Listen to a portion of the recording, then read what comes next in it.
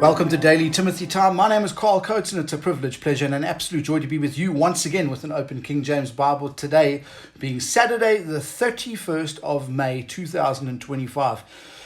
Whoo, folks, we're coming into a really interesting passage here. We're in 1 Corinthians today, chapter 11, and we're going to pick up from verse 17. We're not going to read very far down here because there's a little bit of light commentary that I want to pass that's important that we get an understanding of. Folks, when you go into this section, 17 and on down, Paul is tearing the hide off these guys. When I say these guys, the church at Corinth, he's not happy with them. He's not happy.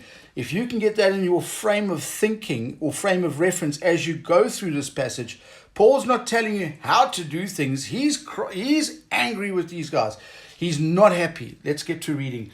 Now, in this that I declare unto you, I praise you not, that ye come together not for the better, but for the worse. For first of all, when ye come together in the church, I hear that there be divisions among you, and I partly believe it. For there must also be heresies among you, that they which are approved may be made manifest among you. When ye come together, therefore, into one place, this is not to eat the Lord's Supper. For in eating everyone taketh before other his own supper, and one is hungry, and the other is drunken. What?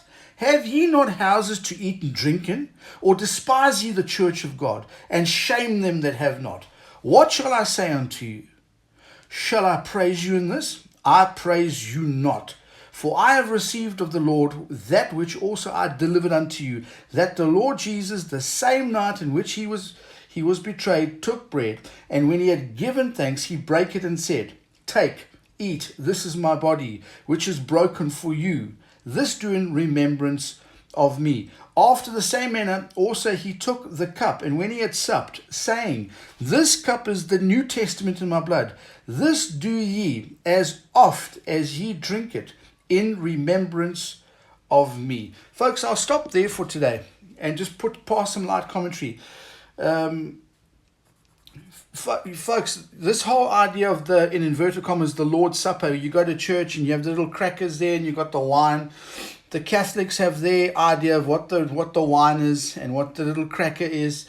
The Lutherans have got their thoughts on it. And you know, folks, at the end of the day, when you sit there, communion, the Lord's Supper, it's not about those little wafers and the wine or the fruit juice. No, it's not about that. It's about, I know the folks in the United States call it a potluck.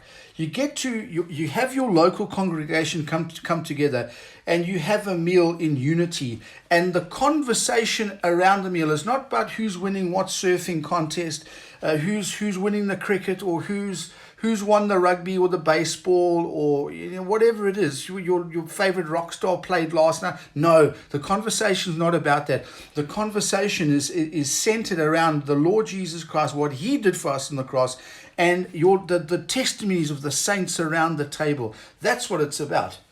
You know, if you put the other brother or sister first. So I know I'm just sharing my current level of understanding of this, and I'll ask you to take it back to your own study. It's important that we take whatever we hear and go and study it out for ourselves. It's called being Berean.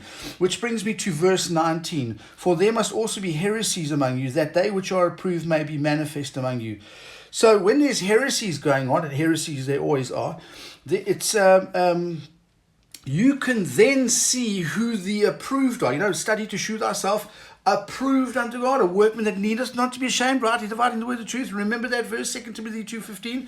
Well, when there's heresies, you're going to see the guys that are approved, the saints that are matured saints that are approved. You'll see them be manifest around you when those heresies break out and all that. Anyway, folks, I see time's up for today. This is a really interesting passage. You could spend weeks studying this.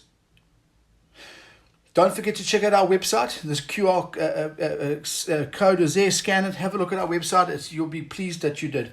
And then, as I say each and every day, remember, folks, to keep your sword sharp, soldier. Till we meet again tomorrow if the Lord tarries.